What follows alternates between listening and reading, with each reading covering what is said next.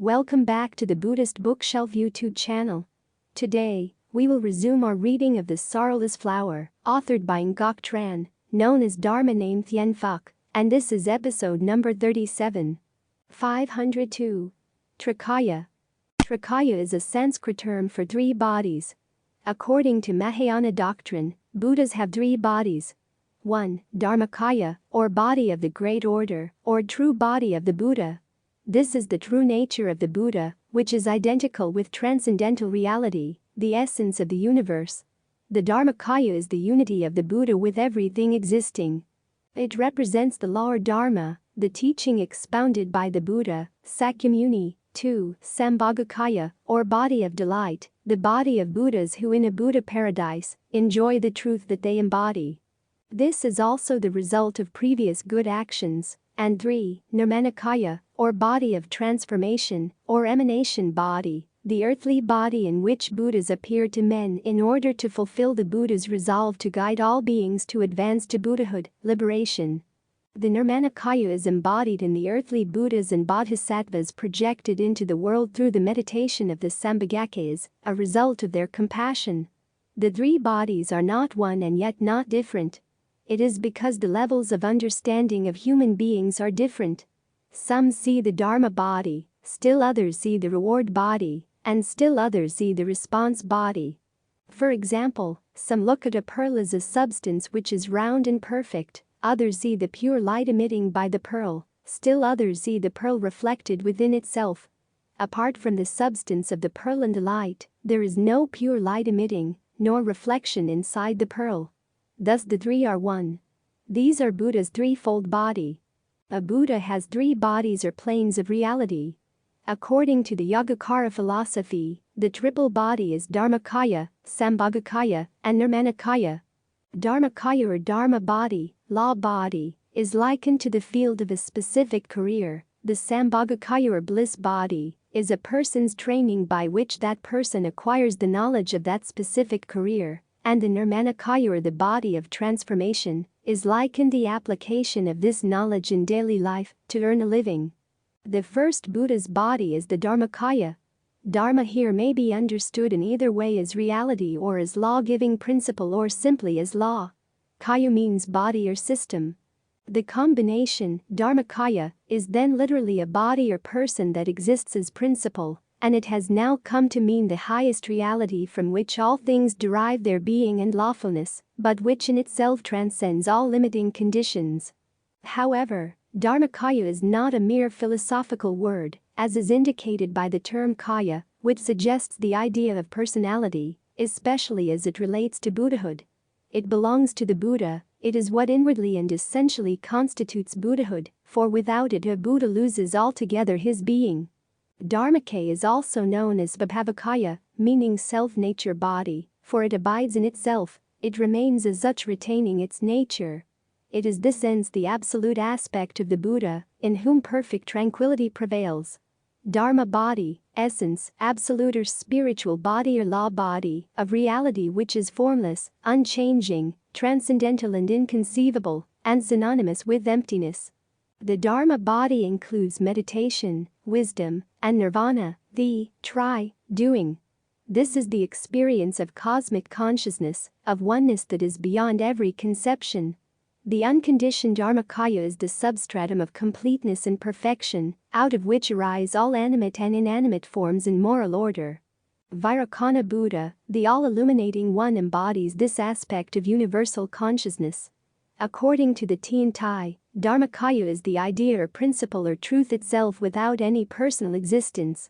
In the Mahayana Buddhism, the Prajnaparamita Sutra maintains the conception that the Dharmakaya is produced by dharmas. Thus, the Dharma body is the principle and nature of fundamental enlightenment. Body of the Great Order. The true nature of the Buddha, which is identical with transcendental reality, the essence of the universe. The Dharmakaya is the unity of the Buddha with everything existing. It represents the law or Dharma, the teaching expounded by the Buddha. Sakyamuni. There is still another explanation that the Dharmakaya is the Dharma body of Vairocana Buddha, which translates as all-pervasive light. According to the Zen sects, the Dharmakaya is the essence being of all the Buddhas, and also of all beings. What makes at all possible the existence of anything is the Dharmakaya, without which the world itself is inconceivable. But, especially, the Dharmakaya is the essence body of all beings which forever is. In this sense it is Dharmata or Buddhata, that is, the Buddha nature within all beings. The second Buddha's body is the Sambhogakaya. The Sambhogakaya is ordinarily translated as body of recompense, or enjoyment. Literally, enjoyment is a better word for Sambhoga, for it comes originally from the root bhuj, which means to eat or to enjoy, to which the prefix sam meaning together is added. Thus Sambhogakaya is often translated into the Chinese as Kung Yung Shin or Shu Yung Shen or Chi Shin. Since we have the term Sambhogakaya recompense or reward body for it, this body of enjoyment is attained as the result of or as the reward for a series of spiritual discipline carried on through so many kalpas. The body thus realized is the Sambhogakaya, body of recompense, which is enjoyed by the well-deserving one, i.e., Bodhisattva Mahasattva. The Buddha as the body of enjoyment is generally represented as a figure enveloped in all the glory of Buddhahood, for in him incarnated there is everything good and beautiful and holy accruing from the perfection of this spiritual life. The particular features of each such Buddha may vary according to his original vows, for instance, his environment, his name, his form, his country, and his activity may not be the same. Amitabha Buddha has his pure land in the west, with all the accommodations as he desired in the beginning of his career as Bodhisattva, and so with Akshobhya Buddha as described in the sutra bearing his name. The body of recompense is sometimes called Yingshin or the responding body. The reward body of bliss or enjoyment. Celestial body or bliss body of the Buddha, personification of eternal perfection in its ultimate sense. The experience of the rapture of enlightenment, of the Dharma mind of the Buddha and the patriarchs, and of the spiritual practices which they have transmitted from generation to generation. Amitabha Buddha in his Western paradise symbolizes this bliss body. It always resides in the Pure Land and never manifests itself in the mundane world, but only in the celestial spheres, accompanied by enlightened bodhisattvas. According to the Thien Phuc sect, the enjoyment or reward body is the person embodied with real insight, i.e., the body attained is the value of a long causal action. There are two kinds of Sambhogakaya. Sambhogakaya for the Buddha's own use, or bliss. Sambhogakaya for the spiritual benefit of others. According to the Mahayana Buddhism, the reward body is perfect wisdom, or initial enlightenment. This is the body of delight, the body of Buddhas who in a Buddha paradise enjoy the truth that they embody. This is also the result of previous good actions. The reward body is considered as the body of Nisyanda Buddha, which means fulfillment of purity. According to the Zen sects, the Sambhogakaya is the spiritual body of the bodhisattvas, which is enjoyed by them as the fruit of their self-discipline in all the virtues of perfection. This they acquire for themselves according to the law of moral causation, and in this they are delivered at last from all the defects and defilements inherent in the realm of the five skandhas. The third Buddha's body is the Buddha's metamorphosic body, Nirmanakaya. Transformation body or the incarnated body of the Buddha. The term body in the ordinary sense is rather misleading because it conveys the idea of a bodily existence. However, according to the Thien Phuc sect, Nirmanakaya means body of manifestation, or the body of transformation, incarnation. The body in its various incarnation. In order to benefit certain sentient beings, a Buddha can incarnate himself into an appropriate visual body, such as that of Sakyamuni, which is the transformation body of Vairocana Buddha. It is twofold. The body exclusively for bodhisattvas of primary stage, that is, a superior body of transformation, and the body for those who are prior to the primary stage. The Nirmanakaya is usually translated as Washin, which means body of transformation or simply assumed body. The Dharmakaya is too exalted a body for ordinary mortals to come to any conscious contact with. As it transcends all forms of limitation, it cannot become an object of sense or intellect. We ordinary mortals can perceive and have communion with this body only through its transformed forms. and we perceive them only according to our capacities, moral and spiritual. They do not appear to us in the same form. We thus read in the Siddharma Pindarika Sutra that the Bodhisattva Avalokitesvara transforms himself into so many different forms according to the kind of beings whose salvation he has in view at the moment. The Kshitigarbha Sutra also mentions that Kshitigarbha Bodhisattva takes upon himself a variety of forms in order to respond to the requirements of different sentient beings. The conception of the Nirmanakaya is significant, seeing that this world of relativity stands contrasted with the absolute value of suchness, which can be reached only by means of the knowledge of suchness or Tathagata. The essence of Buddhahood is the Dharmakaya, but as long as the Buddha remains such, there is no hope for the salvation of a world of particulars. Thus the Buddha has to abandon his original abode and must take upon himself such forms as are conceivable and acceptable to the inhabitants of this world. The Nirmanakaya is one of the three bodies of a Buddha, according to Mahayana Buddhology. The other two are enjoyment body and truth body. Body of transformation, the earthly body in which Buddhas appear to men in order to fulfill the Buddha's resolve to guide all beings to advance to Buddhahood, liberation. The Nirmanakaya is embodied in the earthly Buddhas and Bodhisattvas projected into the world through the meditation of the Sambhogakayas, a result of their compassion. Also according to Mahayana Buddhism, Buddhas are credited with a variety of supernatural powers, including the ability to create emanation body or physical manifestations that are produced in order to benefit sentient beings. These may be human or animal forms, or may even be bridges or other physical objects that provide benefit. However, the most important type of emanation body is the physical form of a Buddha, as in the case of Sakyamuni Buddha. According to Tibetan Buddhism, advanced practitioners acquire the ability to choose their rebirth situations consciously, and other advanced masters are able to identify them. Today there are hundreds of reincarnational lineages in Tibetan Buddhism, the most prominent of which are the Dalai Lamas. According to the Tantric Buddhism, the meaning of Nirmanakaya is the body of emanation, the body of existence or manifestation of our mind and our body. It is also the manifestation of the bodies of those who have already experienced or gone through the other two kayas, and who then manifest on the third level, the Nirmanakaya. In that sense, the Nirmanakaya refers specifically to the Vajra master or teacher who is here on earth. Such a teacher has achieved the Dharmakaya and the Sambhogakaya, but in order to communicate with our body, our food, our clothes, and our earth, that is, with our sense perceptions, he needs a manifested body. It is necessary that the teacher manifest in the Nirmanakaya in order to communicate with us and to teach the Vajrayana and the entire Bodhidharma.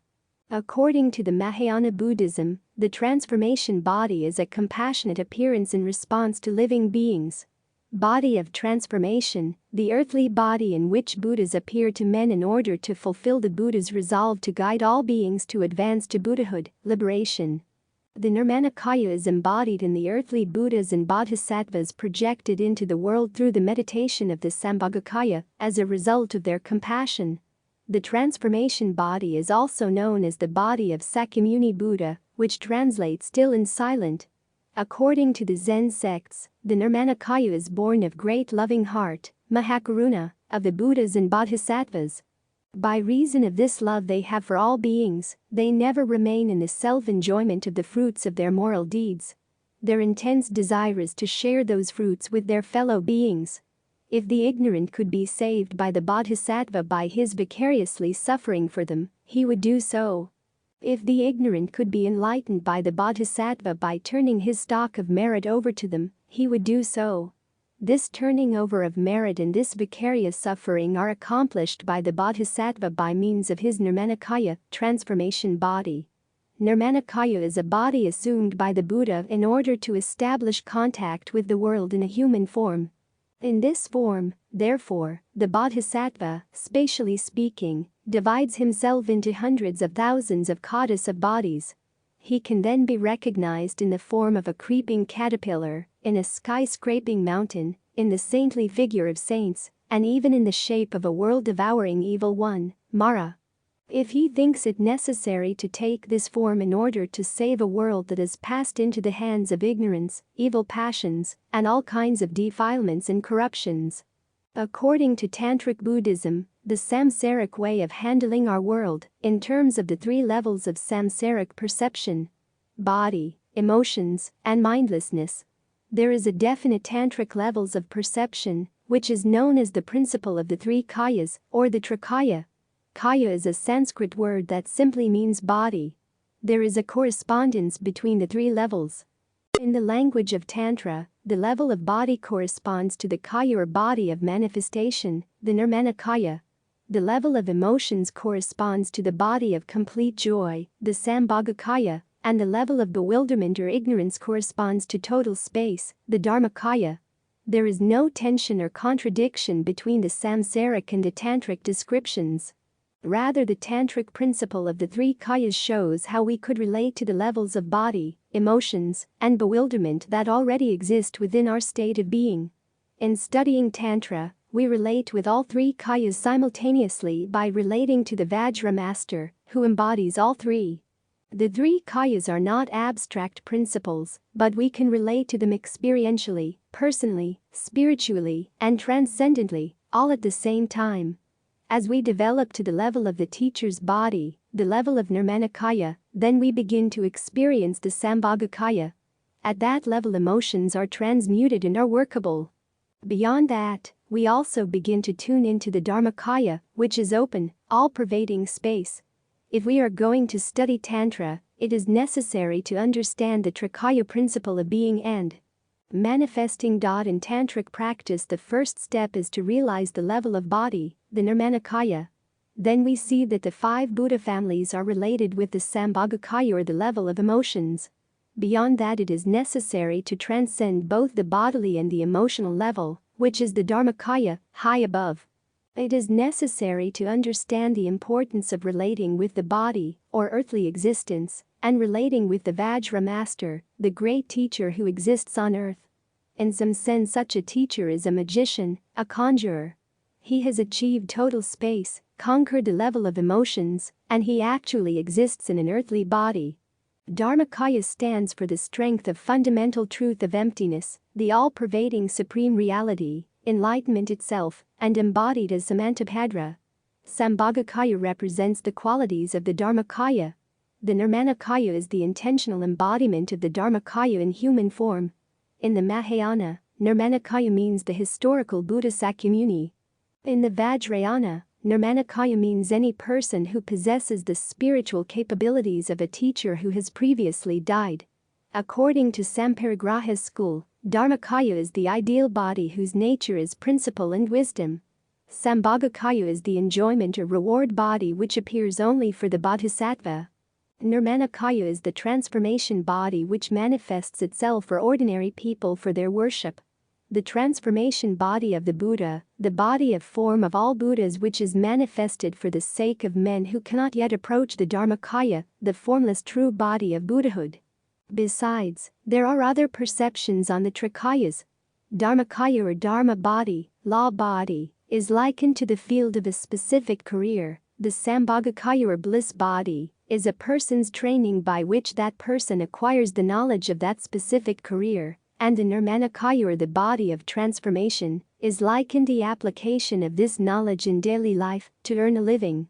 The term nirmanakaya, body, in the ordinary sense is rather misleading because it conveys the idea of a bodily existence. However, according to the Thien Phuc sect, nirmanakaya means body of manifestation, or the body of transformation, incarnation, transformation body, or the incarnated body of the Buddha, the body in its various incarnation. In order to benefit certain sentient beings, a Buddha can incarnate himself into an appropriate visual body, such as that of Sakyamuni, which is the transformation body of Vairocana Buddha. It is twofold. The body exclusively for bodhisattvas of primary stage, that is, a superior body of transformation, and the body for those who are prior to the primary stage. Sambhogakaya is the reward body of bliss or enjoyment. Celestial body or bliss body of the Buddha, personification of eternal perfection in its ultimate sense.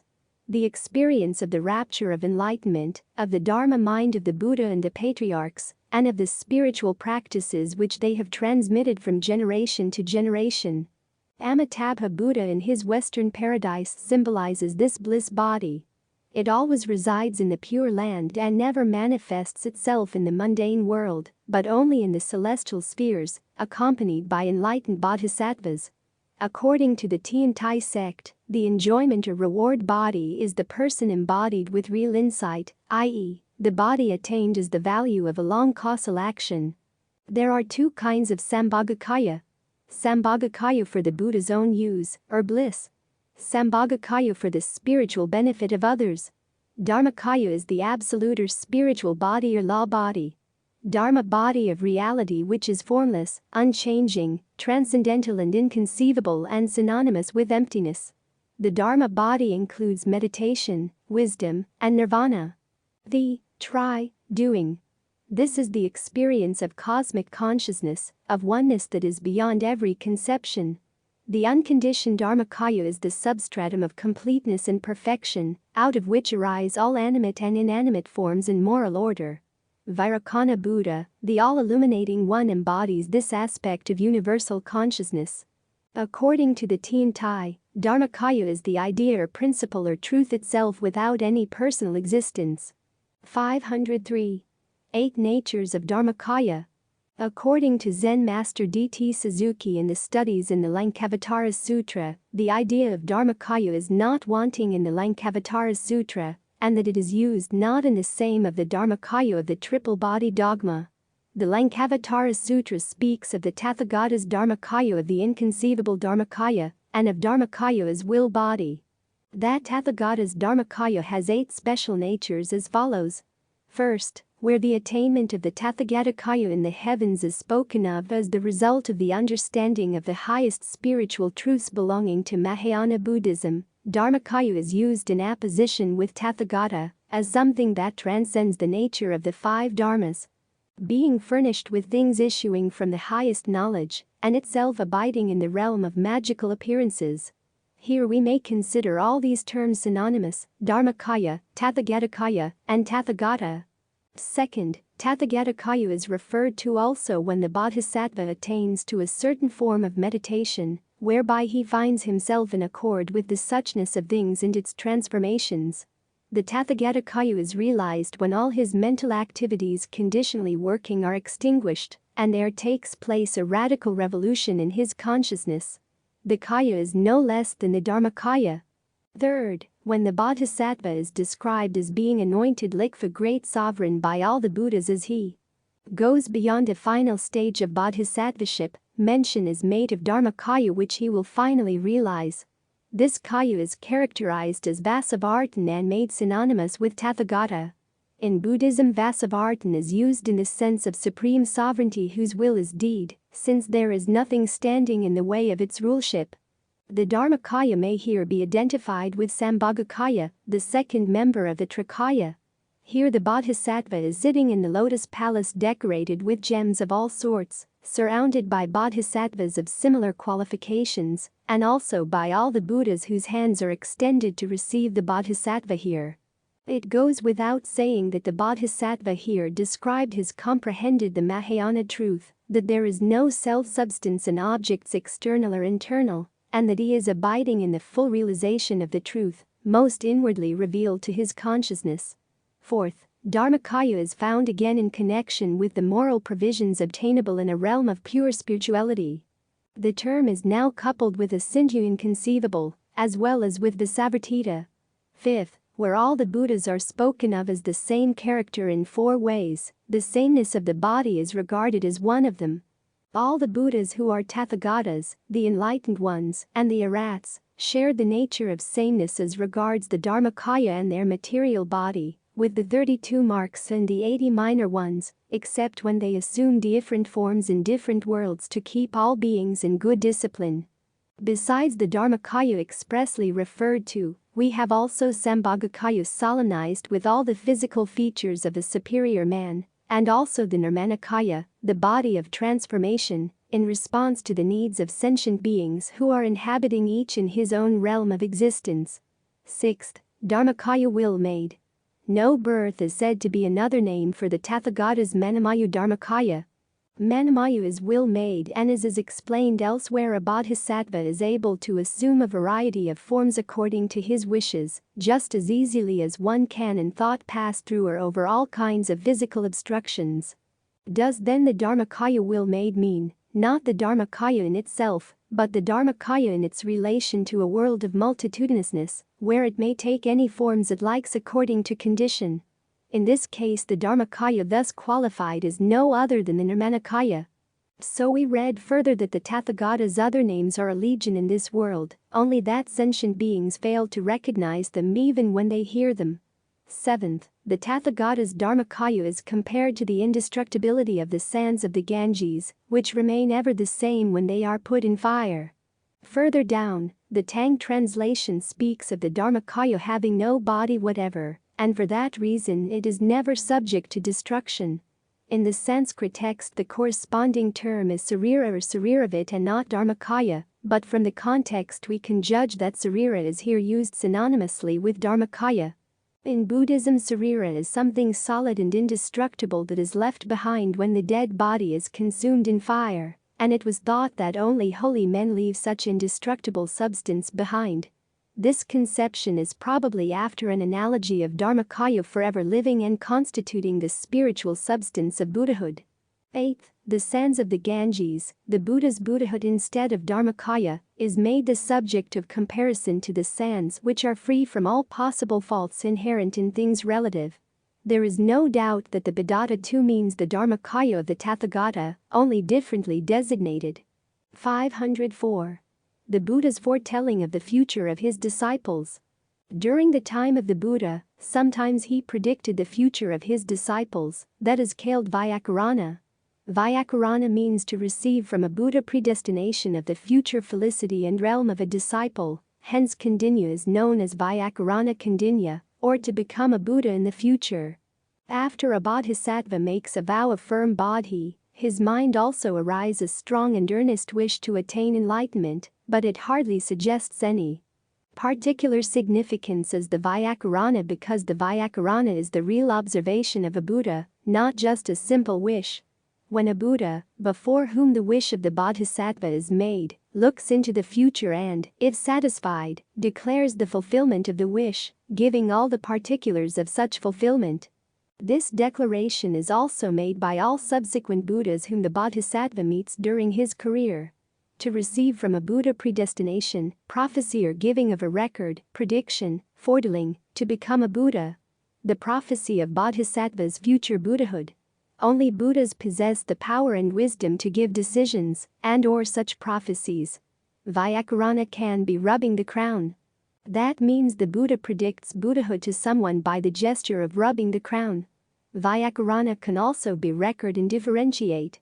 To record and differentiate, the Buddha foretelling of the future of his disciples to Buddhahood and to their respective Buddha kalpas, Buddha realms, titles, etc.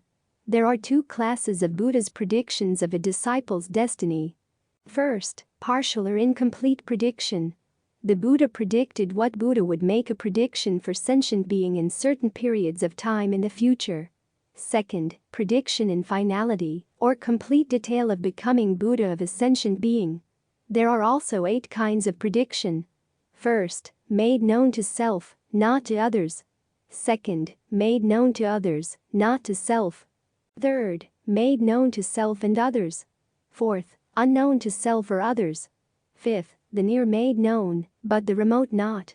Sixth, the remote made known, but not the intermediate. Seventh, near and remote both made known. Eighth, near and remote both not made known. According to the Buddha in the Flower Adornment Sutra, Chapter 38, Detachment from the World, great enlightening beings have 10 ways of receiving prediction of Buddhahood. First, arousing the determination for enlightenment with extraordinary will. Second, never giving up the practices of enlightening beings. Third, continuing to carry out the practices of enlightening beings in all ages. Practicing all Buddha teachings. Having complete faith in the guidance of all Buddhas. Cultivating all roots of goodness and bringing them to fulfillment. Placing all sentient beings in the enlightenment of Buddhas. harmonizing and unifying with all spiritual friends. Thinking of all spiritual friends as Buddhas. Perpetually preserving the fundamental aspiration for enlightenment with diligence. Also, according to the Buddha in the Flower Adornment Sutra, Chapter 38, Detachment from the World, great enlightening beings also have 10 ways of receiving prediction of Buddhahood. Having extremely profound inner understanding, being able to develop the roots of goodness of enlightening beings as appropriate, cultivating extensive great practices, open receiving of the prediction. Occult receiving of the prediction, realizing enlightenment by their own minds, accomplishing tolerance, teaching and taming sentient beings, comprehending the number of all ages, mastery of all practices of enlightening beings. 505. 62 views. According to the Mahaprajna Sutra, there are 62 views on the 5 aggregates. The 5 skandhas under 4 considerations of time form the first 20 views, considered as time past, whether each of the 5 has had permanence, impermanence, both, and neither. First, 4 views of form. Form is permanent, form is impermanent, form is both permanent and impermanent, form is neither permanent nor impermanent. Next, 4 views of sensation. Sensation is permanent, sensation is impermanent, sensation is both permanent and impermanent, sensation is neither permanent nor impermanent. Next, 4 views of perception. Perception is permanent, perception is impermanent, perception is both permanent and impermanent, perception is neither permanent nor impermanent. Next, 4 views of volition or mental formation. Mental formation is permanent, mental formation is impermanent, mental formation is both permanent and impermanent, mental formation is neither permanent nor impermanent. Finally, 4 views of consciousness. Consciousness is permanent, consciousness is impermanent, consciousness is both permanent and impermanent, consciousness is neither permanent nor impermanent. 5 skandhas under the 4 considerations to their space or extension, considered as present time, whether each is finite, infinite, both, or neither, to make another 20 views. First, 4 views of form. Form is finite, form is infinite, form is both finite and infinite, form is neither finite nor infinite. Next, 4 views of sensation. Sensation is finite, sensation is infinite, sensation is both finite and infinite, sensation is neither finite nor infinite. Next, 4 views of perception. Perception is finite, perception is infinite, perception is both finite and infinite, perception is neither finite nor infinite. Next, 4 views of volition or mental formation. Volition is finite, han voa bien. Volition is infinite, volition is both finite and infinite, volition is neither finite nor infinite. Finally, 4 views of consciousness. Consciousness is finite, consciousness is infinite, consciousness is both finite and infinite, consciousness is neither finite nor infinite. 5 skandhas under the 4 considerations to their destination to make another 20 views. First, 4 views of form. Form is gone, form is not gone, form is both gone and not gone, form is neither gone nor not gone. Next, 4 views of sensation. Sensation is gone, sensation is not gone, sensation is both gone and not gone, sensation is neither gone nor not gone. Next, 4 views of perception. Perception is gone, perception is not gone, perception is both gone and not gone, perception is neither gone nor not gone. Next, 4 views of volition or mental formation. Volition is gone, volition is not gone, volition is both gone and not gone, volition is neither gone nor not gone. Finally, 4 views of consciousness. Consciousness is gone, consciousness is not gone, consciousness is both gone and not gone, consciousness is neither gone nor not gone. 2 views of mind. Unity of body and mind and difference of body and mind. 506. 62 views of Thien Phuc sect on personality. According to the Thien Phuc sect, there are 62 views on personality. First, 4 views of form or rupa as its basis, and consider each of the 5 skandhas under 4 aspects. Rupa, the organized body, as the ego is apart from the rupa, rupas is the greater, the ego the smaller or inferior, and the ego is dwelling in the rupa, the ego is the greater, rupa the inferior, and the rupa in the ego. The same process applies to sensation, perception, volition, and consciousness in the present, past and future to make 60 views. The 61st view on personality is impermanence. The 62nd view on personality is permanence. 507. Entrances and 6 entrances. Entrance is one of the links in the chain of causation.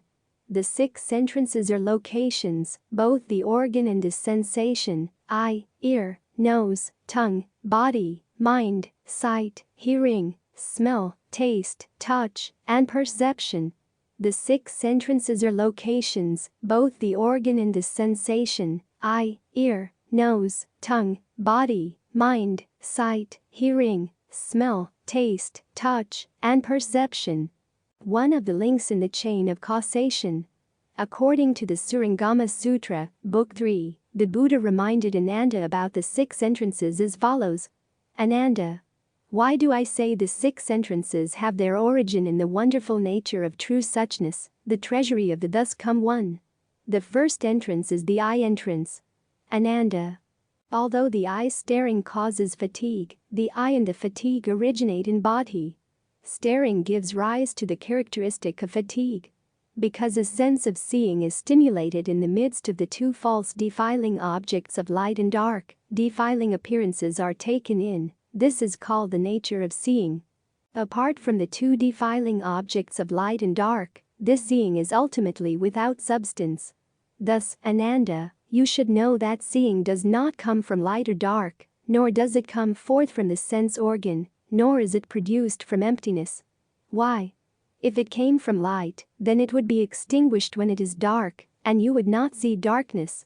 If it came from darkness, then it would be extinguished when it is light, and you would not see light.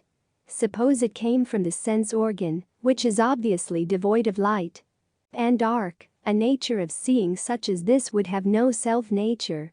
Suppose it came forth from emptiness. When it looks in front of you, it sees the shapes of the defiling dust. Turning around, it would see your sense organ. Moreover, if it were emptiness itself which sees, what connection would that have with your entrance? Therefore, you should know that the I-enance is empty and false, since it neither depends upon causes and conditions for existence, nor is spontaneous in nature. The second entrance is the ear entrance. Ananda, consider, for example, a person who suddenly stops up his ears with 2 fingers. Because the sense organ of hearing has become fatigued, a sound is heard in his head. However, both the ears and the fatigue originate in body.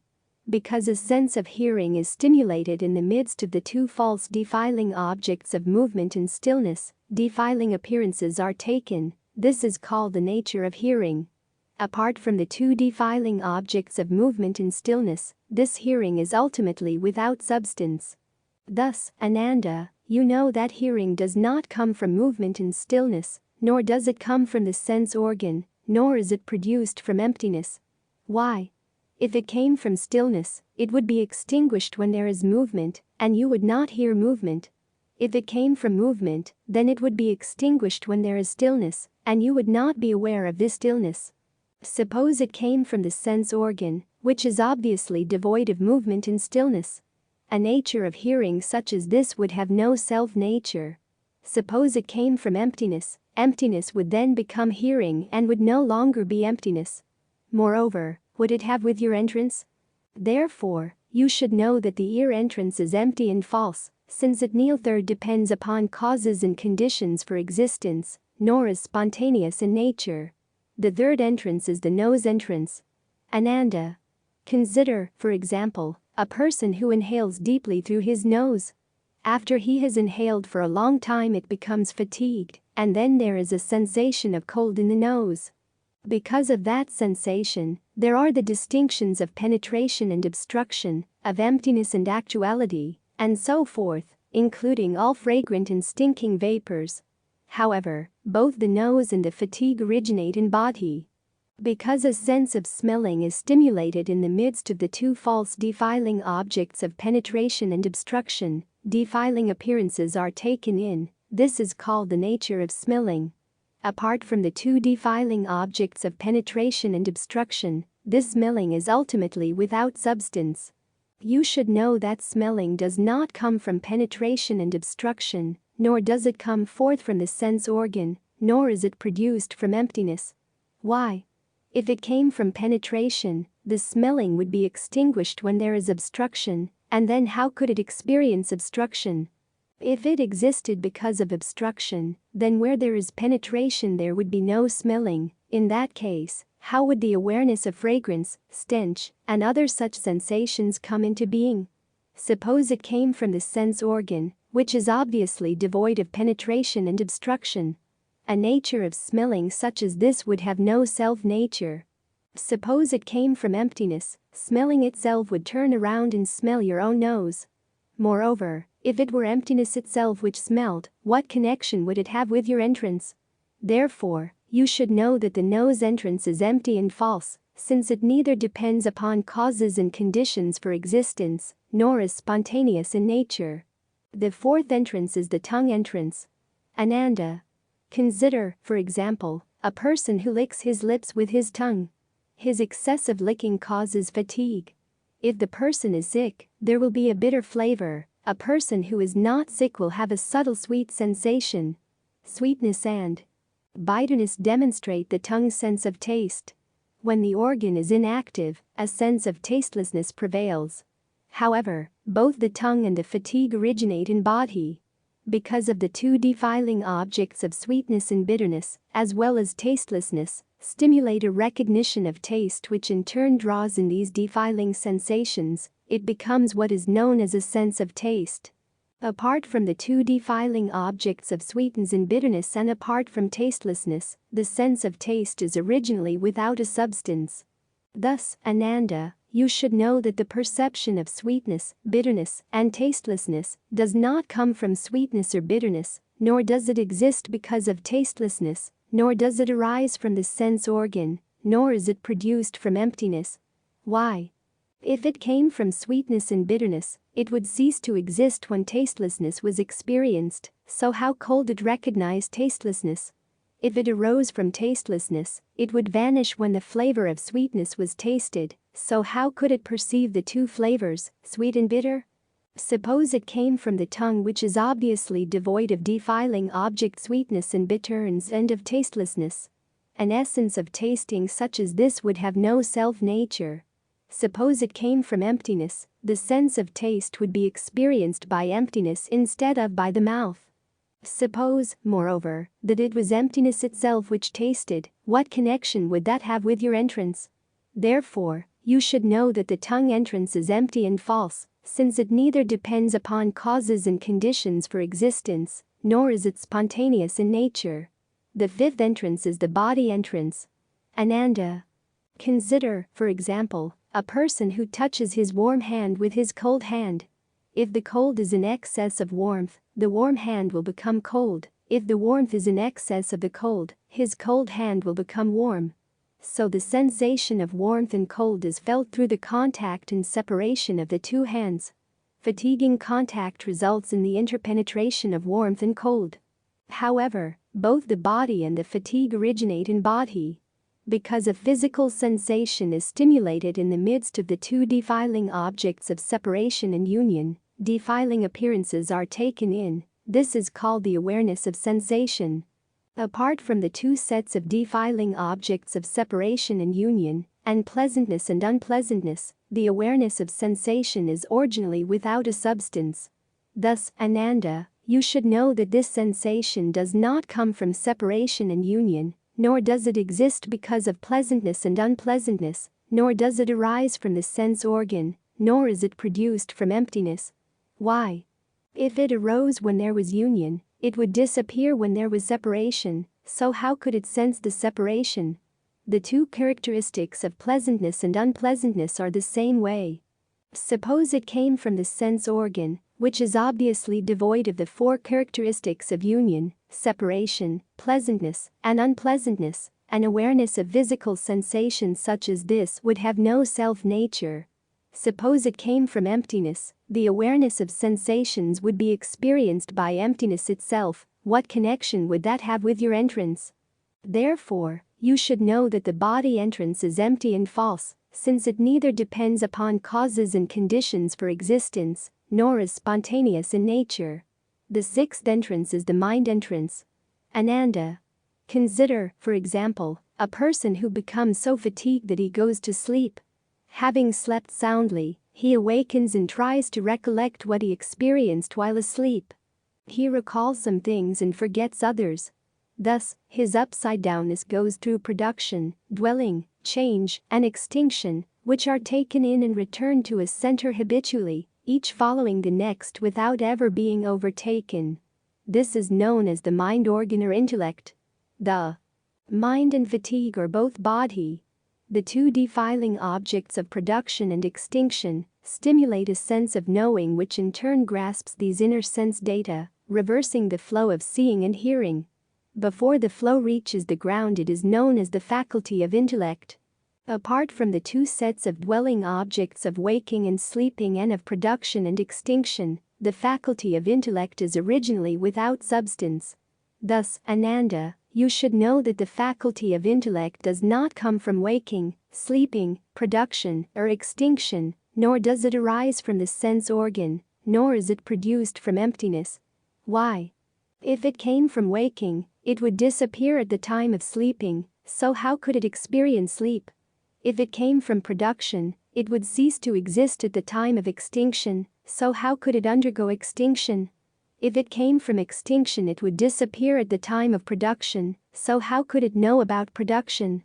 Suppose it came from the sense organ, waking and sleeping cause only a physical opening and closing respectively.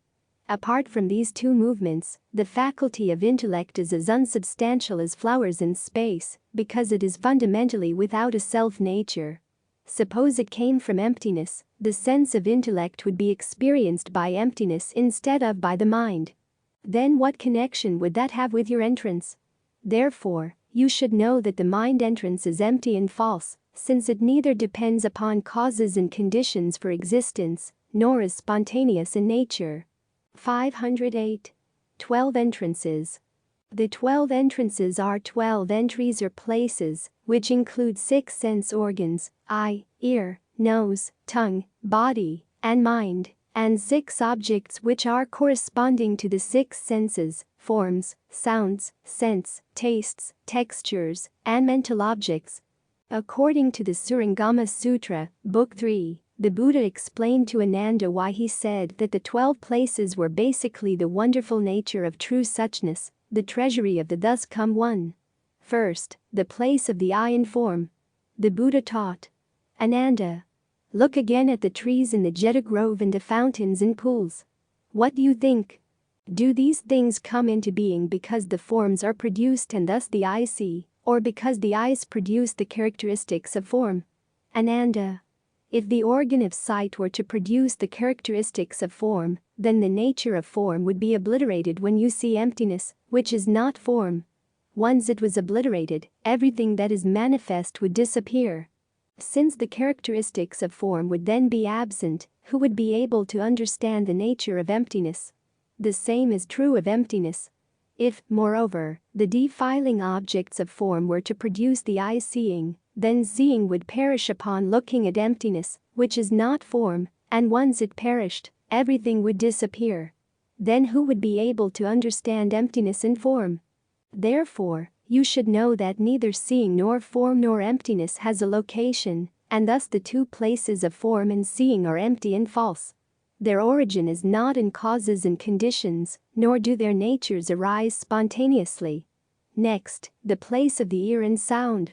The Buddha taught, Ananda, listen again to the drum being beaten in the Jeta grove when the food is ready. The assembly gathers as the bell is struck. The sounds of the bell and the drum follow one another in succession. What do you think? Do these things come into existence because the sound comes to the region of the ear, or because the ear goes to the place of the sound? Again, Ananda, suppose that the sound comes to the region of the ear. Similarly, when I go to beg for food in the city of Shravasti, I am no longer in the Jeta grove. If the sound definitely goes to the region of Ananda's ear, then neither Moggallana nor Kasyapa would hear it, and even less the 1250 sramanas, who, upon hearing the sound of the bell, come to the dining hall at the same time. Again, suppose that the ear goes to the region of the sound. Similarly, when I return to the Jeddah Grove, I am no longer in the city of Sravasti. When you hear the sound of the drum, your ear will already have gone to the place where the drum is beaten. Thus, when the bell peals, you will not hear the sound, even the less that of the elephants, horses, cows, sheep, and all the other various sounds around you. If there is no coming or going, there will be no hearing either. Therefore, you should know that neither hearing nor sound location, and thus the two places of hearing and sound, are empty and false. Their origin is not in causes and conditions, nor do their natures arise spontaneously. Next, the place of nose and smell. The Buddha taught. Moreover, Ananda, you smell the chandana in this censer. You sniff the burning incense burning. When one particle of this incense is lit, it can be smelled simultaneously through 40 miles around the city of Sravasti. What do you think? Is this fragrance produced from the chandana wood? Is it produced in your nose? Or does it arise within emptiness? Again, Ananda, suppose this fragrance is produced from your nose. What is said to be produced from the nose should come forth from the nose. Your nose is not chandana, so how can the nose have the fragrance of chandana? When you say you smell fragrance, it should enter your nose. For the nose to emit fragrance is not the meaning of smelling. Suppose it is produced from within emptiness. The nature of emptiness is everlasting and unchanging, and so the fragrance should be eternally present. What need should there to be to rely on burning the dry wood in the censer? Suppose it is produced from the wood. No, the nature of this incense is such that it gives off smoke when it is burned. If the nose smells it, it should be filled with smoke. The smoke rises into the air, and before it has reached the distance, how is it that the fragrance is already being smelled at a distance of 40 miles? Therefore, you should know that neither the fragrance nor the nose's smelling has a location, and so the two places of smelling and fragrance are empty and false. Their origin is not in causes and conditions, nor do their natures arise spontaneously. Next, the place of the tongue and taste. The Buddha taught. Ananda, twice every day you take your bowl along with the rest of the assembly, and among what you receive may be things of supreme flavor, such as curds, buttermilk, and clarified butter. What do you think? Are these flavors produced from emptiness? Do they come forth from the tongue, or are they produced from the food? Again, Ananda, suppose that the flavors came from your tongue. Now there is only one tongue in your mouth. When that tongue had already become the flavor of curds, then it would not change if it encountered some dark rock candy. Suppose it did not change, that would not be what is called knowing tastes. Suppose it did change, the tongue is not many substances, and how could one tongue know so many tastes? Suppose it were produced from the food. The food does not have consciousness, how could it know tastes? Moreover, if the food itself were to recognize them, that would be the same as someone else eating. Then what connection would that have with what is called your recognition of tastes? Suppose it were produced in emptiness. When you eat emptiness, what flavor does it have? Suppose that emptiness had the flavor salt. Then since your tongue was salty, your face would also be salty, and likewise everyone in the world would be like fish in the sea. Since you would be constantly influenced by salt, you would never know tastelessness. If you did not recognize tastelessness, you would not know anything at all. How could that be what is called taste? Therefore, you should know that neither flavors nor the tongue's tasting has a location, and so the two places of tasting and flavor are empty and false. Their origin is not in causes and conditions, nor do their natures arise spontaneously. Next, the place of the body and touches. The Buddha taught. Ananda, early every morning you rub your head with your hand. What do you think? When there is a sensation of the rubbing, where does the ability in the hands, or is it in the head?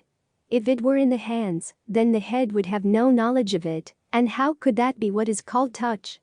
If it were in the head, then the hands would be useless, and how could that be what is called touch? If each had it, then you, Ananda, would have two bodies. If they were two substances, to which would the touch belong? The one which was capable of touch would not be the one that was touched. The one that was touched would not be the one that was capable of touch. Nor should it be that the touch came into being between you and emptiness. Therefore, you should know that neither the sensation of touch nor the body has a location, and so the two places of the body and touch are empty and false. Their origin is not in causes and conditions, nor do their natures arise spontaneously. Finally, the place of mind in dharmas. The Buddha taught, Ananda, your mind is always conditioned by three qualities, good, bad, and indeterminate, which produce patterns of dharmas. Ananda, are these dharmas produced by the mind, or do they have a special place apart from the mind? Ananda, if they were the mind, the dharmas would not be its defiling objects. Since they would not be conditions of the mind, how could you say that they had a location? Suppose they were to have a special place apart from the mind, then would the dharmas themselves be able to know? If they were to have a sense of knowing, they would be called a mind. If they were something other than you, they would be someone else's mind, since they are not defiling objects. If they were the same as you, they would be your own mind. But how could your mind stand apart from you? Suppose they were to have no sense of knowing, yet these defiling objects are not forms, sounds, smells, or tastes, they are neither cold nor warmth, nor the characteristic of emptiness. Where would they be located?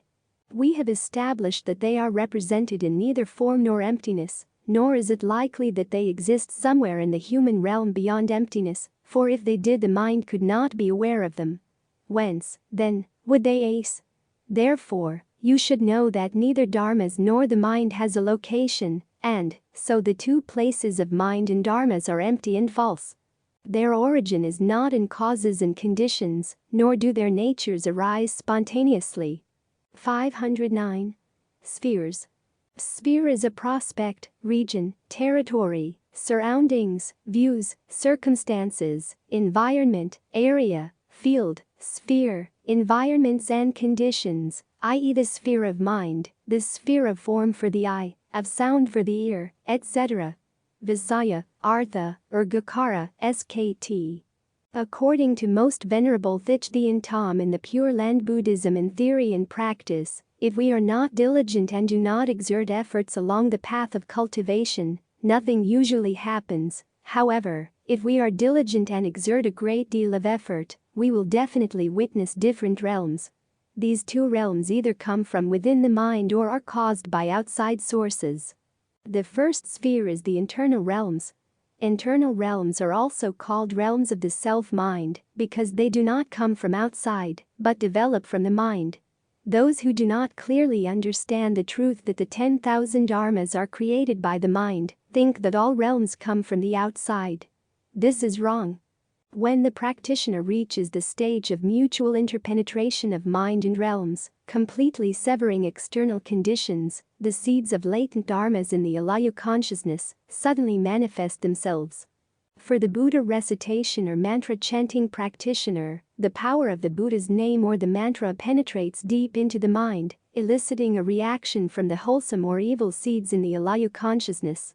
The realms that result are very complex and usually appear in dreams, or even when the practitioner is awake and striving to recite the Buddha's name. In Buddhism, this condition is called changing manifestations of the alayu consciousness. In the dreaming scenes, if the events or scenes result from evil seeds, the practitioner may see various species of worms crawling out of his body, or witness himself, night after night, removing from his body 6 or 7 loathsome creatures with many limbs, such as scorpions or centipedes. Or else, he may see various species of wild animals under spirits or ghosts. Such realms are innumerable and cannot all be described.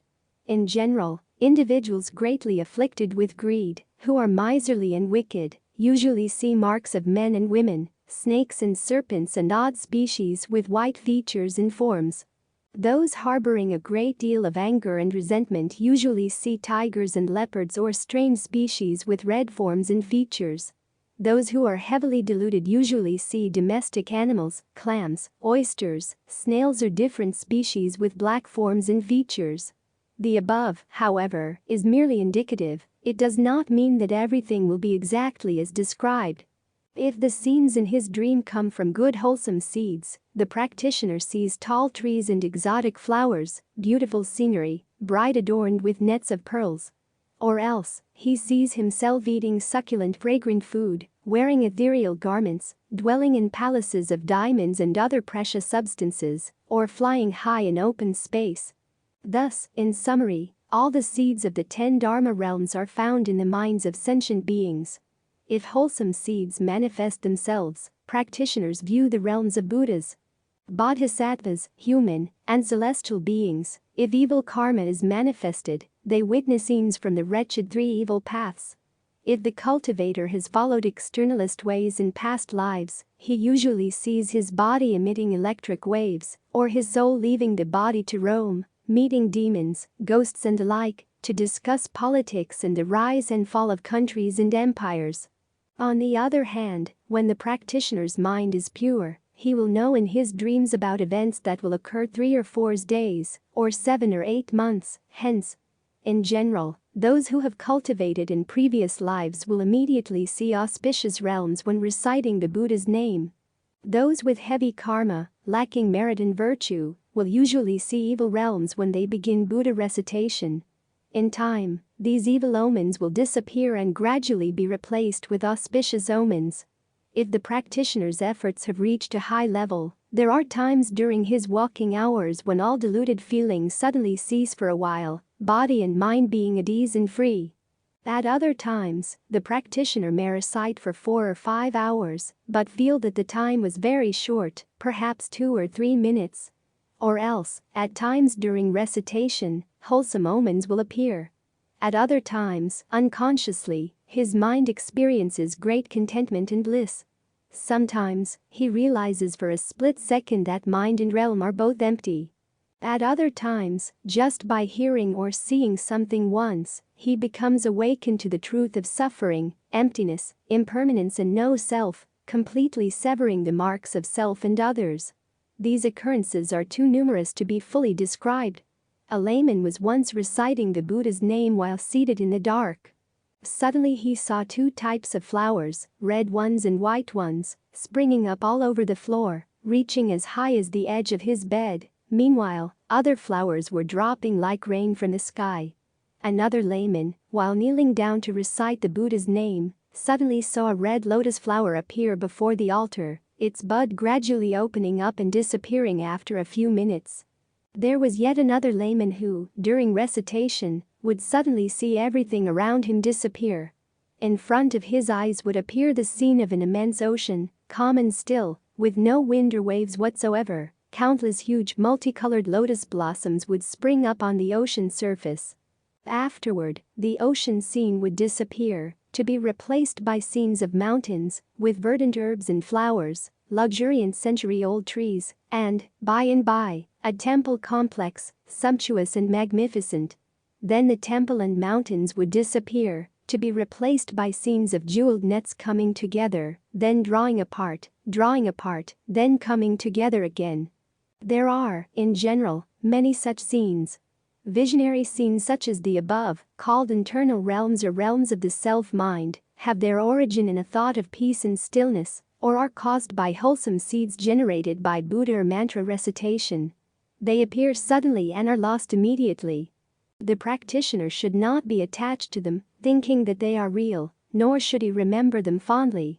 It is an extreme mistake to develop nostalgia for them, thinking how ethereal, calm and peaceful, beautiful and well-adorned they were. They daydream about them, unable to forget them, longing for their reappearance. The ancients have criticized such thoughts as scratching in advance and waiting for the itch. This is because these scenes have their origin in diligent exertion and appear temporarily. They have no true existence. We should realize that when the practitioner exerts a certain level of efforts, the scenes and features particular to that level will appear naturally. Take the example of a traveler who views different scenery as he passes along various stretches of the road. If he has not reached home, yet develops such an attachment and fondness for a particular scene along the road that he refuses to proceed, his travel will be impeded. He will then be helplessly lost in the midst of his journey, not knowing when he will finally return home to rest. The practitioner is like that traveler. If he becomes attached to and fond of temporary realms and scenes, he will never attain the true realms.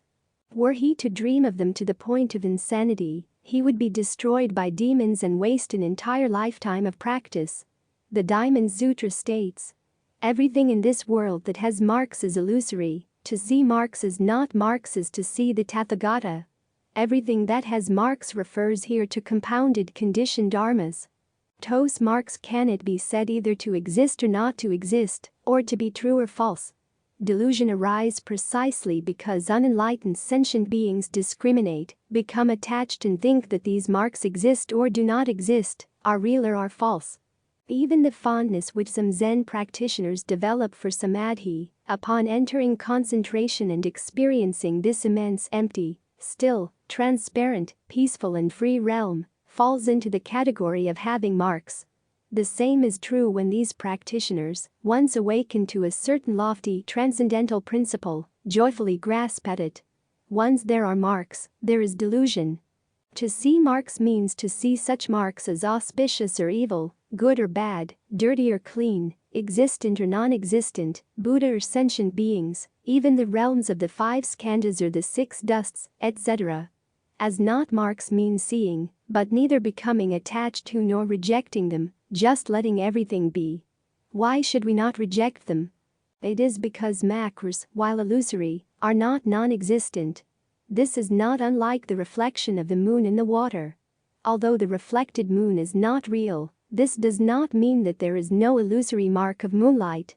Therefore, if we see marks appear while we are cultivating, we should disregard them and redouble our efforts, just like the traveler who views varied scenery en route but must push forward to reach home quickly.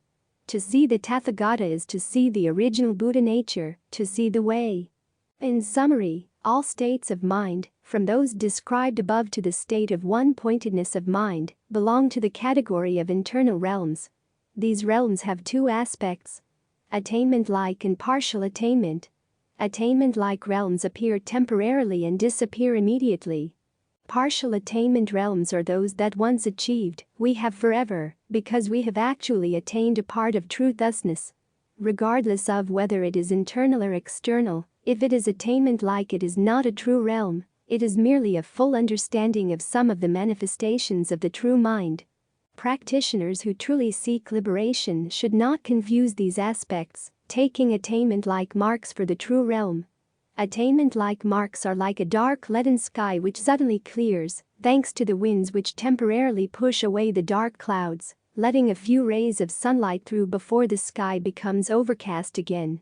They also resemble the mark of smoke just before the fire that people use to get when they rub 2 pieces of wood together. The true realm can be likened to the bright sunlight in a clear and calm sky. It is like rubbing pieces of wood together and already having fire. However, we should not underestimate attainment-like marks, as they demonstrate the genuine existence of the true realm. If, from that level, we diligently redouble our efforts, the true realm is not that far away after all. The second sphere is the external realms. External realms are realms which are not created by the mind, but come from the outside. For example, some practitioners might see Buddhas and Bodhisattvas appearing before them, preaching the Dharma, exhorting and praising them. Others, while reciting the Buddha's name, suddenly experience an awakening and immediately see the land of ultimate bliss.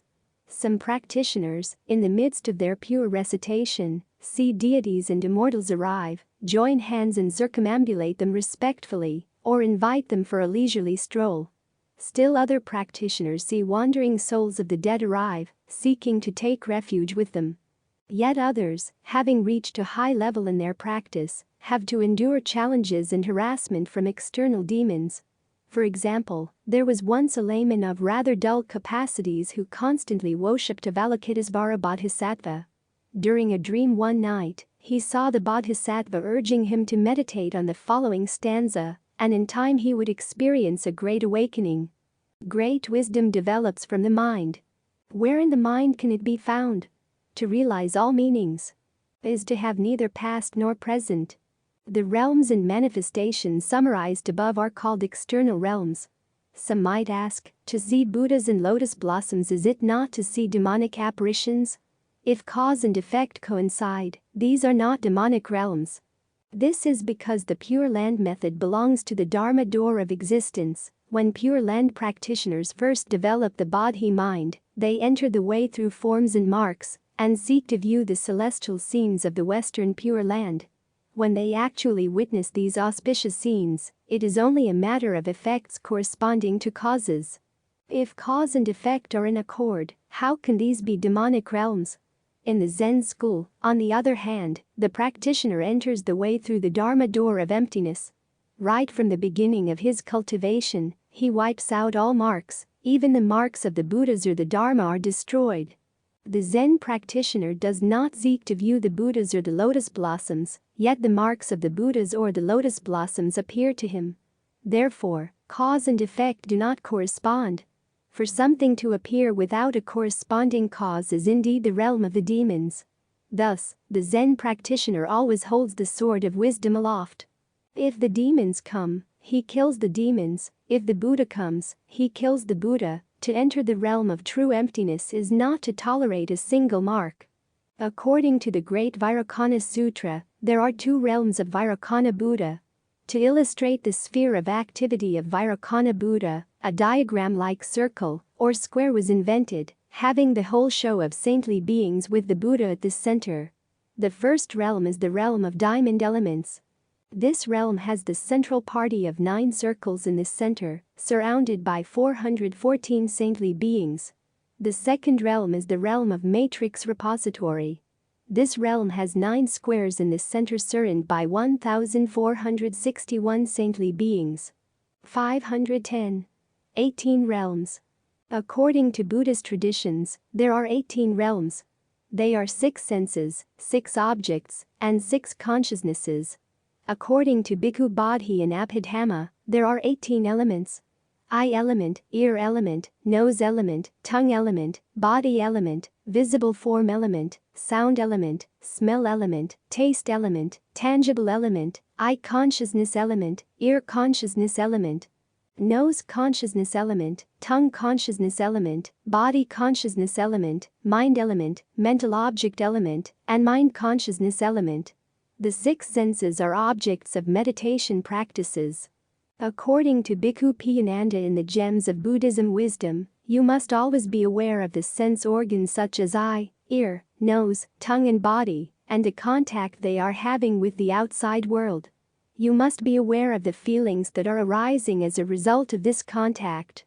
The eye is now in contact with forms, rupa, the ear is now in contact with sound, the nose is now in contact with smell, the tongue is now in contact with taste, the body is now in contact with touching, and the mind is now in contact with all things, Dharma. The 6 objects are corresponding to the 6 senses. The 6 subjective fields of the 6 senses of sight, sound, smell, taste, touch and idea or thought, rupa, form and color, is the field of vision, sound of hearing, scent of smelling, the 5 flavors of tasting, physical feeling of touch, and mental presentation of discernment. 6 sense data or 6 consciousness or 6 conceptions. The perceptions and discernings of the 6 organs of sense, which include sight consciousness, hearing consciousness, scent consciousness, taste consciousness, body consciousness, and mind consciousness. In the Surangama Sutra, Book 3, the Buddha explained to Ananda the reasons why he said that the 18 realms were basically the wonderful nature of true suchness, the treasury of the thus come one. First, the realm of eye, form, and consciousness. The Buddha taught, Ananda, as you understand it, the eyes and form create the conditions that produce the eye consciousness. Is the consciousness produced because of the eyes, such that the eyes are its realm? Or is it produced because of form, such that form is its realm? Ananda, if it were produced because of the eyes, then in the absence of emptiness and form, it would not be able to make distinctions, and so even if you had a consciousness, what use would it be? Moreover, Ananda, your seeing is neither green, yellow, red, nor white. There is virtually nothing in which it is represented. Therefore, what is the realm established from? Suppose it were produced because of form. In emptiness, when there was no form, your consciousness would be extinguished. Why is it that the consciousness knows the nature of emptiness? Suppose a form changes. You are also conscious of the changing appearance, but your eye consciousness does not change. Where is the boundary established? If the eye consciousness were to change when form changed, then there would be no appearance of a realm. If it were not to change, it would be constant, and given that it was produced from form, it should have no conscious knowledge of where there was empty. Suppose the eye consciousness arose both from the eyes and from form. If they were united, there would still be a point of separation. If they were separated, there would still be a point of contact. Hence, the substance and nature would be chaotic and disorderly. How could a realm be set up? Therefore, you should know that as to the eyes and form being the conditions that produce the realm of eye consciousness, none of the three places exists. Thus, the eyes, form, and the form realm, these three, do not have their origin in causes and conditions, nor do their natures arise spontaneously. Next, the realm of ear, sound, and consciousness. The Buddha taught, Ananda, as you understand it, the ear and sound create the conditions that produce the ear consciousness. Is this consciousness produced because of the ear such that the ear is its realm, or is it produced because of sound, such that sound is its realm? Ananda, suppose the ear consciousness were produced because of the ear. The organ of hearing would have no awareness in the absence of both movement and stillness. Thus, nothing would be known by it. Since the organ would lack awareness, what would characterize the consciousness? You may hold that the ears hear, but when there is no movement and stillness, hearing cannot occur. How, then, could the ears, which are but physical forms, unite with external objects to be called the realm of consciousness? Once again, therefore, how would the realm of consciousness be established? Suppose it was produced from sound. If the consciousness existed because of sound, then it would have no connection with hearing. Without hearing, then the characteristic of sound would have no location. Suppose consciousness existed because of sound. Given that sound exists because of hearing, which causes the characteristic of sound to manifest, then you should also hear the hearing consciousness. If the hearing consciousness is not heard, there is no realm. If it is heard, then it is the same as sound. If the consciousness itself is heard, who is it that perceives and hears the consciousness? If there is no perceiver, then in the end you would be like grass or wood. Nor is it likely that the sound and hearing mix together to form a realm in between. Since a realm in between could not be established, how could the internal and external characteristics be delineated? Therefore, you should know that as to the ear and sound creating the conditions which produce the realm of the ear consciousness, none of the three places exists.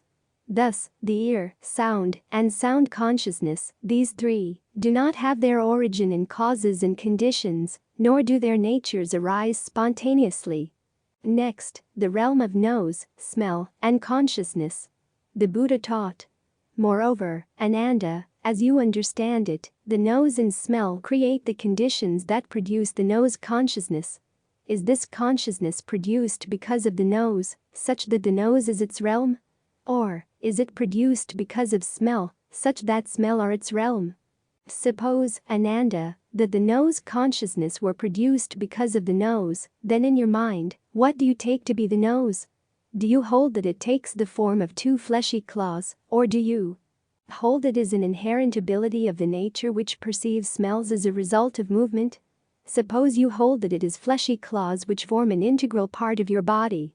Since the body's perception is touch, the sense organ of smelling would be named body instead of nose, and the objects of smelling would be objects of touch. Since it would not even have the name nose, how could a realm be established for it? Suppose you held that the nose was the perceiver of smells. Then, in your mind, what is it that perceives? Suppose it were the flesh that perceived. Basically, what the flesh perceives is objects of touch, which have nothing to do with the nose. Suppose it were emptiness that perceived. Then emptiness would itself be the perceiver, and the flesh would have no awareness. Thus, empty space would be you, and since your body would be without perception, Ananda would not exist. If it is the smell that perceives, perception itself would lie with the smell. What would that have to do with you? If it is certain that vapors of fragrance and stench are produced from your nose, then the two flowing vapors of fragrance and stench would not arise from the wood of Aravana or Chandana. Given that the smell does not come from these two things, when you smell your own nose, is it fragrant, or does it stink? What stinks does not give off fragrance, what is fragrance does not stink. Suppose you say you can smell both the fragrance and the stench, then you, one person, would have two noses, and I would now be addressing questions to two Anandas. Which one is you? Suppose there is one nose, then fragrance and stench would not be two. Since stench would be fragrance and fragrance would become stench, there would not be two natures, thus what would make up the realm? If the nose consciousness were produced because of smells, it follows that it is in existence just because of smells. Just as the eyes can see but are unable to see themselves, so, too, if it exists because of smells, it would not be aware of smells. If it is aware of smells, then it is not produced from smells. If it had no awareness, the realm of smelling would not come into being.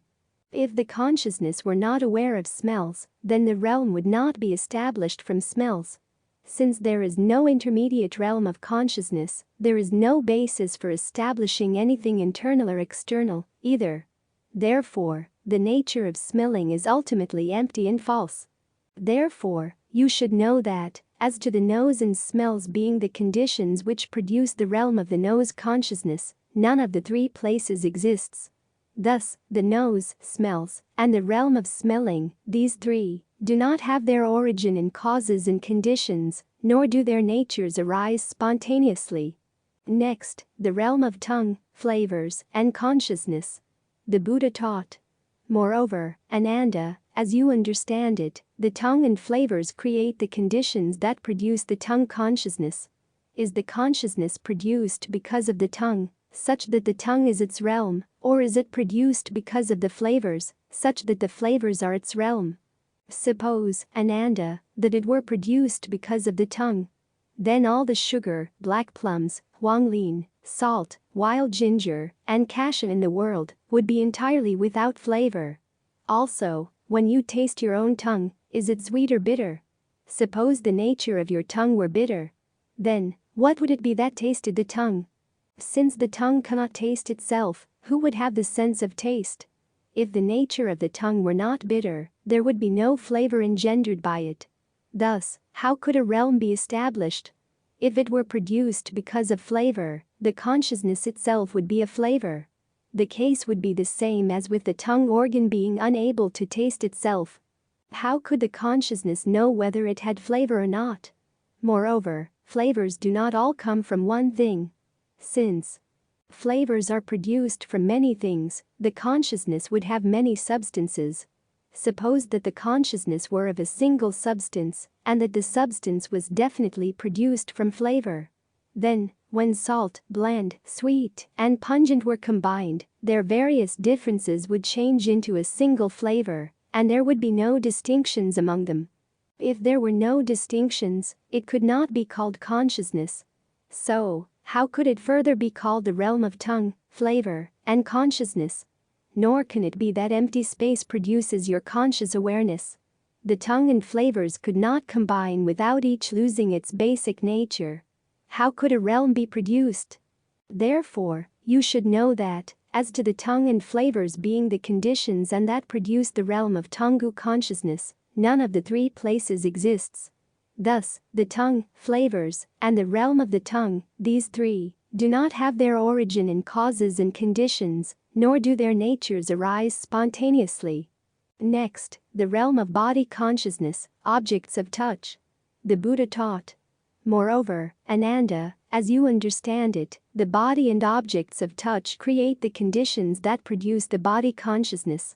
Is the consciousness produced because of the body, such that the body is its realm, or is it produced because of objects of touch, such that objects of touch are its realm? Suppose, Ananda, that it were produced because of the body. When there was no awareness of the two conditions of contact with and separation from objects of touch, what would the body be conscious of? Suppose it were produced because of objects of touch. Then you would not need your body. Without a body, what could perceive contact with and separation from objects of touch? Ananda. Things do not perceive objects of touch. It is the body that perceives objects of touch. What the body knows is objects of touch, and what is aware of objects of touch is the body. What is objects of touch is not the body, and what is the body is not the objects of touch. The two characteristics of body and objects of touch are basically without location. If it united with the body, it would be the body's own substance and nature. If it were apart from the body, it would have the same appearance as empty space. Since the inside and the outside don't stand up, how can one set up a middle? The middle cannot be set up either. The inside and the outside are by nature empty. From what realm, then, is your consciousness born? Therefore, you should know that, as to the body and objects of touch being conditions that produce the realm of body consciousness, none of the three places exists. Thus, the body, objects of touch, and the realm of the body, C3, do not have their origin in causes and conditions, nor do their natures arise spontaneously. Finally, the realm of mind, dharmas, and consciousness. The Buddha taught. Moreover, Ananda, as you understand it, the mind and dharmas create the conditions that produce the mind consciousness. Is this consciousness produced because of the mind, such that the mind is its realm, or is it produced because of dharmas, such that dharmas are its realm? Suppose, Ananda, that it were produced because of the mind. In your mind there certainly must be thoughts, these give expression to your mind. If there are no dharmas before you, the mind does not give rise to anything. Apart from conditions, it has no shape, thus, what use would the consciousness be? Moreover, Ananda, is your conscious awareness the same as your mind organ, with its capacity to understand and make distinctions, or is it different?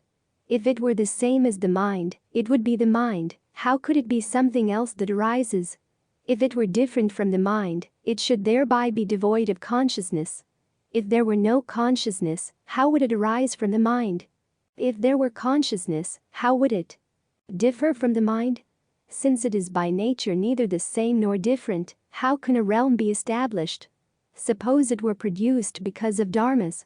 None of the dharmas of the world exists apart from the five defiling objects.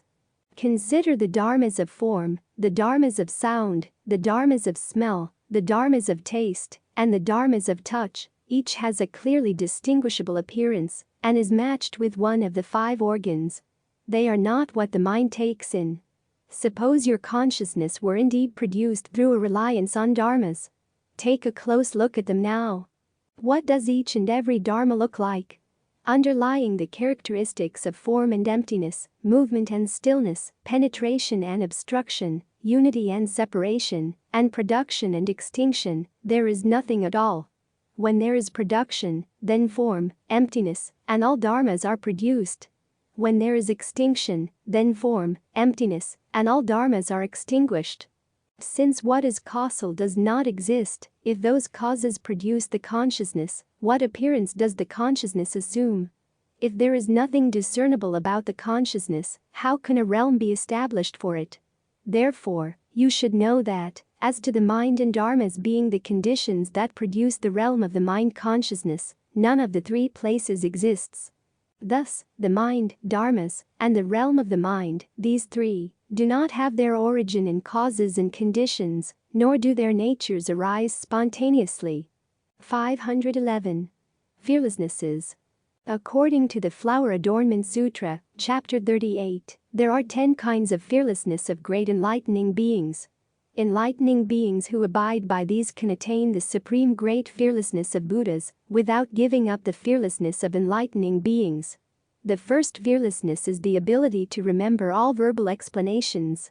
Even if infinite, hundreds of thousands of people should come from all over and ask them about 100,000 great principles, they would see nothing difficult to answer about those questions. Their minds become fearless, and they ultimately reach the other shore of great fearlessness, able to answer any questions and resolve doubts, without any timidity. The second fearlessness is the unimpeded intellectual powers. Great enlightening beings attain the unimpeded intellectual powers bestowed by Buddha and arrive at the furthest reaches of revelation of the secrets intimated by all speech and writing. They think that even if infinite people should come from 10 directions and ask them about infinite doctrines, they would not see anything difficult to answer about those questions. Their minds become fearless, and they ultimately reach the other shore of great fearlessness. They are able to answer any question and resolve doubts, without timidity. The third fearlessness is that great enlightening beings know all things are empty and are without self, nothing pertaining self, without creation or creator, without knower, without life, without soul, without personality, detached from mind, detached from body, detached from sense, detached sense experience. Forever leave all views, and their minds are like space. Great enlightening beings reflect that they do not see sentient beings in any way harmful to them in terms of physical, verbal, or mental action. Enlightening beings do not see anything as having any essence at all. Therefore their minds become fearless, and they ultimately reach the other shore of fearlessness. They are firm, stable, and brave, impossible to discourage or break down. The fourth fearlessness is that all enlightening beings are protected and sustained by the power of Buddha. They live according to the conduct of Buddhas. They reflect that they do not see any conduct in themselves that would provoke the criticism of others. Therefore their minds become fearless and they teach calmly among the masses. Their action is truthful and never degenerates. The fifth fearlessness is the purity of body, mouth and mind. The physical, verbal, and mental actions of great enlightening beings are pure, immaculate, harmonious, and free from all evils. They reflect that they do not see any physical, verbal, or mental action in them that is blameworthy. Therefore their minds become fearless, and they are able to cause sentient beings to live by the teachings of Buddha. The sixth fearlessness is that great enlightening beings are always have protections from the saints. Great enlightening beings are always accompanied and guarded by powerful thunderbolt bearers, celestial rain spirits, demigods, celestial musicians, titans Indra Brahma, the world guardian gods. All Buddhas watch over them heedfully. They reflect that they do not see that there are any demons, false teachers, or people with set views that can hinder their practice of the path of enlightening beings in any way. Therefore their minds become fearless, and they ultimately reach the other shore of great fearlessness. They become very joyful and carry out the deeds of enlightening beings. The seventh fearlessness is the development of the faculty of recollection of great enlightening beings. Great enlightening beings have developed the faculty of recollection and are free from forgetfulness, as approved by Buddhas. They reflect that they do not see any sign of forgetfulness of the ways of expressing the path of attainment of enlightenment as explained by the Buddhas. Therefore their minds become fearless, absorb and hold all Buddha's true teachings, and carry out the practices of enlightening beings. The eighth fearlessness. Great enlightening beings have already attained knowledge and skill and means, always strive to edify all sentient beings, have consummated the powers of enlightening beings. Their aspiration is always focused on perfect enlightenment, yet because of compassion for sentient beings, to perfect sentient beings. They appear to be born in the polluted world of afflictions, noble, with a full retinue, able to satisfy all their desires at will, leading a pleasant happy life. They reflect that although they are together with their family and associates, they do not see anything to be attached to the extent that they give up their cultivation of the ways of enlightening beings, such as meditation, liberations, concentrations, dharani spells, and analytic and expository powers. Because great enlightening beings are already free in the midst of all things and have reached the other shore. They do not see any object in the world that can disturb the path of the enlightening being. Cultivate the practices of enlightening beings and vow never to stop. Their minds become fearless, and they ultimately reach the other shore of great fearlessness. By the power of great vows they manifest in all worlds. The ninth fearlessness. by the power of the great determination for omniscience. Great enlightening beings never forget the determination for omniscience. They carry on the practices of enlightening beings, riding the great vehicle. Demonstrate the tranquil comportment of all saints and individual illuminates. They reflect that they do not see in themselves any sign of needing to gain emancipation by means of the lesser vehicles of individual salvation. Therefore their mind become fearless, and they ultimately reach the other shore of great fearlessness. While able to demonstrate to all the paths of all vehicles of liberation, they ultimately fulfill the impartial great vehicle. The 10th fearlessness. Great enlightening beings always perfect all good and pure qualities, be imbued with virtues, fully develop spiritual powers, ultimately abide in the enlightenment of all Buddhas, fulfill all practices of enlightening beings, receive from the Buddhas the prediction of coronation with omniscience, always teach sentient beings to carry on the path of enlightening beings. They reflect that they do not see any sign of even a single sentient being who can be developed to maturity, to whom they cannot show the masteries of Buddhas in order to develop them. Therefore their minds become fearless, and they ultimately reach the other shore of great fearlessness. They do not stop the practices of enlightening beings, do not give up the vows of enlightening beings, and show the sphere of Buddhahood to any sentient beings who can learn, in order to teach and liberate them. Also according to the Flower Adornment Sutra, Chapter 38, there are 10 kinds of development of fearlessness of great enlightening beings. Enlightening beings who abide by these can attain the supreme fearlessness of great knowledge of Buddhas. First, they develop fearlessness annihilating all obstructing actions.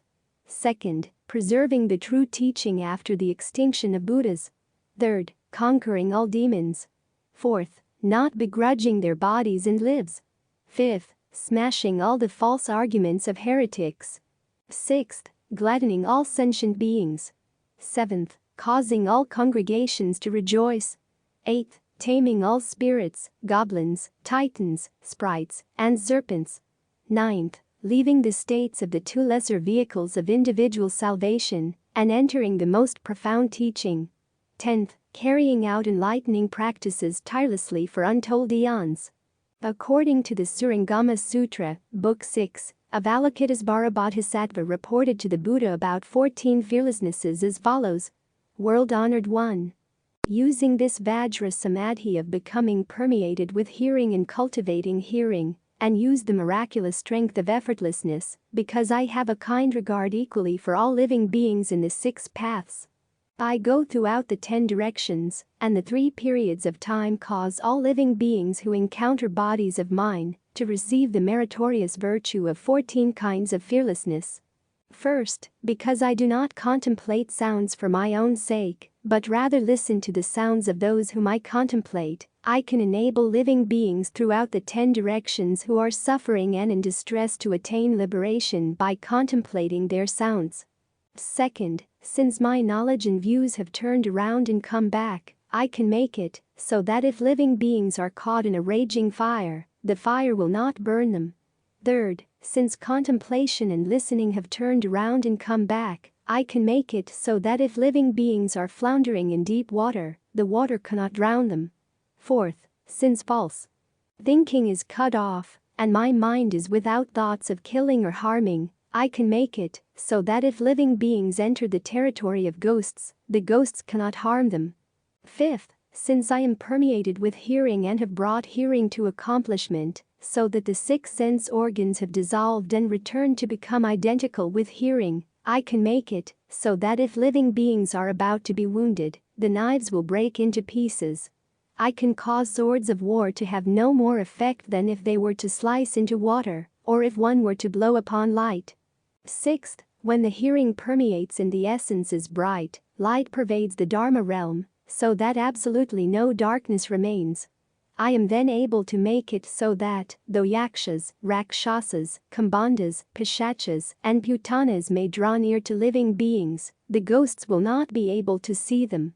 Seventh, when the nature of sound completely melts away and contemplation and hearing return and enter, so that I am separate from false and defiling sense objects, I am able to make it so that if living beings are confined by kangs and fetters, the locks will not hold them. 8. When sound is gone and the hearing is perfected, an all-pervasive power of compassion arises, and I can make it so that if living beings are traveling a dangerous road, thieves will not rob them. 9th. When one is permeated with hearing, one separates from worldly objects, and forms cannot rob one.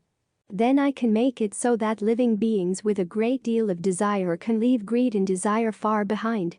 10th. When sound is so pure that there is no defiling object, the sense organ and the external state are perfectly fused, without any complement and without anything complemented. Then I can make it so that living beings who are full of rage and hate will leave all hatred. 11th. When the dust has gone and has turned to light, the Dharma realm and the body and mind are like crystal, transparent and unobstructed. Then I can make it so that all dark and dull-witted beings whose natures are obstructed, all Atyantikas, are forever free from stupidity and darkness. 12th. When matter dissipates and return to the hearing, then unmoving in the Bodhimanda I can travel through worlds without destroying the appearance of those worlds. I can make offerings to as many Buddhas, thus come ones, as there are fine motes of dust throughout the 10 directions. At the sight of each Buddha I become a Dharma prince, and I can make it so that childless living beings throughout the Dharma realm who wish to have sons are blessed with meritorious, virtuous, and wise sons. 13th. With perfect penetration of the 6 sense organs, the light and what is illumined are not two. Encompassing the 10 directions, a great perfect mirror stands in the empty treasury of the thus come one. I inherit the secret Dharma doors of as many thus come ones, as there are fine motes of dust throughout the 10 directions. Receiving them without loss, I am able to make it so that childless living beings throughout the Dharma realm who seek daughters are blessed with lovely daughters who are upright, virtuous, and compliant, and whom everyone cherishes and respects. 14th. In this 3,000 great thousand-world system with its billions of suns and moons, as many Dharma princes as there are grains of sand in 62 Ganges rivers, appear in the world and cultivate the Dharma. They act as models in order to teach and transform living beings. They comply with living beings by means of expedience and wisdom, in different ways for each. However, because I have obtained the perfect penetration of the sense organ and have discovered the wonder of the ear entrance, after which my body and mind subtly and miraculously included all of the Dharma realm, I am able to make it so that living beings who uphold my name obtain as much merit and virtue as would be obtained by a person who upheld the names of all those Dharma princes who are as many as the grains of sand in 62 Ganges rivers. World-honored one. There is no difference between the merit of my name and the merit of those other names, because from my cultivation I obtained true and perfect penetration. This is the end of this video. As you already know, Buddha emphasized the importance of generosity supporting the spread of the Dharma for spiritual growth. We can cultivate this virtue in our digital age. Now I need your help spreading the Buddha teaching further by subscribing, liking, and sharing our channel. You're supporting the dissemination of valuable teachings, much like this Sangha was supported in the past. Your engagement accumulates positive karma for you and helps make the Dharma accessible to a wider audience, a meritorious act indeed. Let's do this with pure intentions, free from attachment and selfishness, fostering a sense of community and supporting our own spiritual journey. These principles, rooted in Buddhist ethics, continue to guide us. You will receive great blessings for supporting the propagation of Buddha's teachings in a very simple way. By subscribing, liking, and sharing to help spreading the Buddha teaching to all human beings. Wishing you and your family always have a peaceful and happy life.